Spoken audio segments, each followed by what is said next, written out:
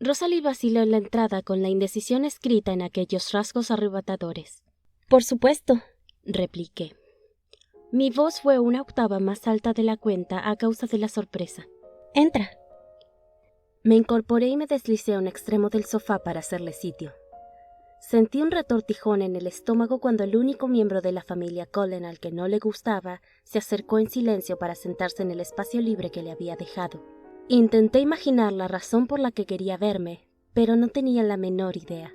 ¿Te importa que hablemos un par de minutos? Me premuñó. No te habré despertado ni nada por el estilo, ¿verdad?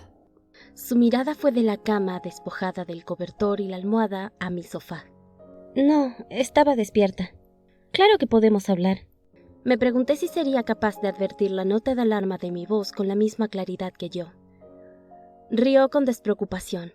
Sus carcajadas repicaron como un coro de campanas. Edward no suele dejarte sola, dijo. Y he pensado que haría bien en aprovechar la ocasión. ¿Qué querría contarme para que no pudiera decirlo delante de su hermano? Enrosqué y desenrosqué las manos en el extremo del cobertor. Por favor, no pienses que interfiero por crueldad, imploró ella con voz gentil. Cruzó los brazos sobre su regazo y clavó la vista en el suelo mientras hablaba. Estoy segura de haber herido bastante tus sentimientos en el pasado, y no quiero hacerlo de nuevo. No te preocupes, Rosalie, soy fuerte. ¿Qué pasa? Ella rió una vez más. Parecía extrañamente avergonzada. Pretendo explicarte las razones por las que, en mi opinión, deberías conservar tu condición humana, y por qué yo intentaría seguir siéndolo si estuviera en tu lugar. Ah, sonrió ante mi sorpresa. Luego suspiró. ¿Te contó Edward qué fue lo que me condujo a esto? Preguntó al tiempo que señalaba su glorioso cuerpo inmortal con un gesto. Hice un lento asentimiento. De pronto me sentí triste. Me dijo que se pareció a lo que estuvo a punto de sucederme aquella vez en Port Angeles, solo que no había nadie para salvarte. Me estremecí al recordarlo. ¿De veras eso es lo que te contó? Inquirió. Sí, contesté perpleja y confusa. ¿Hay más? Alzó la mirada y me sonrió con una expresión dura y amarga, y apabullante a pesar de todo. Sí, sí lo hay, respondió. Aguardé mientras contemplaba el exterior a través de la ventana. Parecía intentar calmarse. ¿Te gustaría oír mi historia, Bella? No tiene un final feliz. Pero, ¿cuál de nuestras existencias lo tiene? Estaríamos debajo de una lápida si hubiéramos tenido un desenlace afortunado.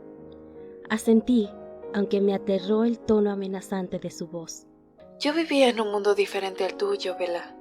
Mi sociedad era más sencilla. En 1933, yo tenía 18 años, era guapa y mi vida perfecta. Contempló las nubes plateadas a través de la ventana con expresión ausente. Mi familia era de clase media. Mi padre tenía un empleo estable en un banco.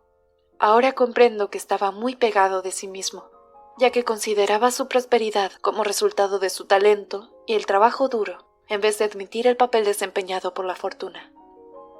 Yo tenía todo garantizado en aquel entonces, y en mi casa parecía como si la Gran Depresión no fuera más que un rumor molesto.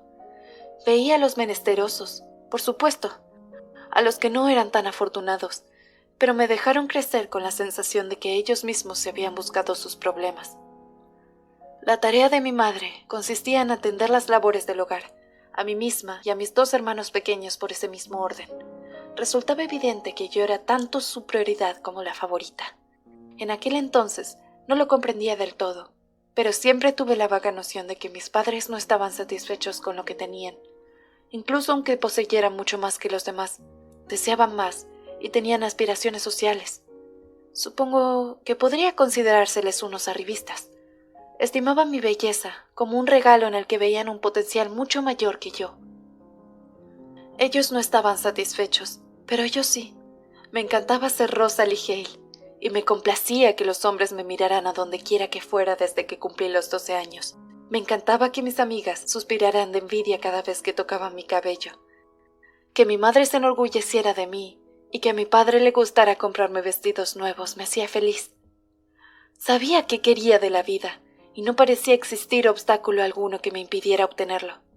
Deseaba ser amada, adorada, celebrar una boda por todo lo alto, con la iglesia llena de flores y caminar por el pasillo central del brazo de mi padre. Estaba segura de ser la criatura más hermosa del mundo. Necesitaba despertar de admiración tanto o más que respirar vela. Era tonta y frívola, pero estaba satisfecha. La influencia de mis padres había sido tal que también anhelaba las cosas materiales de la vida. Quería una gran casa llena de muebles elegantes, cuya limpieza estuviera a cargo de otros, y una cocina moderna donde guisaran los demás. Como te he dicho, era una chica frívola, joven y superficial, y no veía razón alguna por la que no debiera conseguir esas cosas. De todo cuanto quería, tenía pocas cosas de verdadera valía, pero había una en particular que sí lo era. Mi mejor amiga, una chica llamada Vera, que se casó a los 17 años con un hombre que mis padres jamás habrían considerado digno de mí, un carpintero. Al año siguiente tuvo un hijo, un hermoso bebé con hoyuelos y pelo ensortijado. Fue la primera vez en toda mi vida que sentí verdaderos celos de alguien. Me lanzó una mirada insondable. Era una época diferente. Yo tenía los mismos años que tú ahora, pero ya me hallaba lista para todo eso. Me moría de ganas por tener un hijo propio. Quería mi propio hogar y un marido que me besara al volver del trabajo, igual que Vera, solo que yo tenía en mente otro tipo de casa muy distinta. Me resultaba difícil imaginar el mundo que Rosalie había conocido. Su relato me parecía más propio de un cuento de hadas que de una historia real. Me sorprendí al percatarme de que ese mundo estaba muy cerca del de Edward cuando éste era humano, que era la sociedad en que había crecido. Mientras Rosalie permanecía sentada en silencio, me pregunté si mi siglo le parecía a Edward tan desconcertante como a mí el de Rosalie. Mi acompañante suspiró y continuó hablando, pero esta vez lo hizo con una voz diferente, sin rastro alguno de nostalgia. En Rochester había una familia regia, apellidada, no sin cierta ironía, King. Royce King era el propietario del banco en el que trabajaba mi padre, y de así todos los demás negocios realmente rentables del pueblo. Así fue como me vio por primera vez su hijo, Royce King II.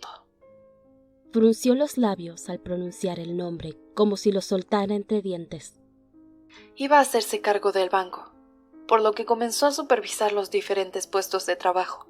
2 días después, a mi madre se le olvidó de modo muy oportuno darle a mi padre el almuerzo. Recuerdo mi confusión cuando insistió en que llevara mi vestido blanco de organza y me alisó el cabello solo para ir al banco. Rosalie se rió sin alegría. Como todo el mundo me miraba, no me había fijado especialmente en él, pero esa noche me envió la primera rosa. Me mandó un ramo de rosas todas las noches de nuestro noviazgo, hasta el punto de que mi cuarto terminó abarrotado de ramilletes y yo olía rosas cuando salía de casa. Royce era apuesto, tenía el cabello más rubio que el mío y ojos de color azul claro. Decía que los míos eran como las violetas, y luego empezó este show de las rosas y todo lo demás. Mis padres aprobaron esta relación con gusto, y me quedó corta con todo lo que ellos habían soñado. Y Royce parecía ser todo lo que yo había soñado.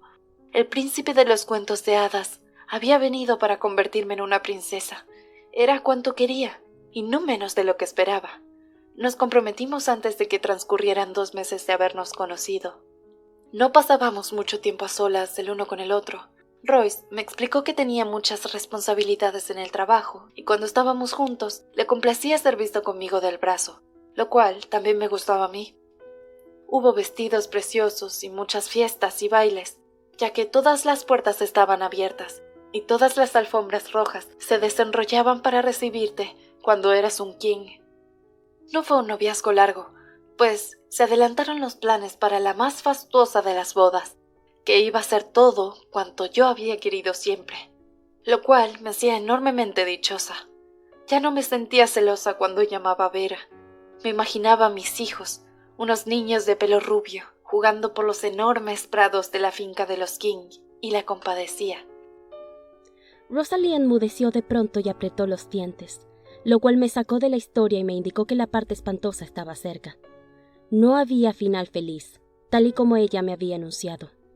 Me pregunté si esa era la razón por la que había mucha más amargura en ella que en los demás miembros de la familia, porque ella había tenido al alcance de la mano todo cuanto quería cuando se truncó su vida humana.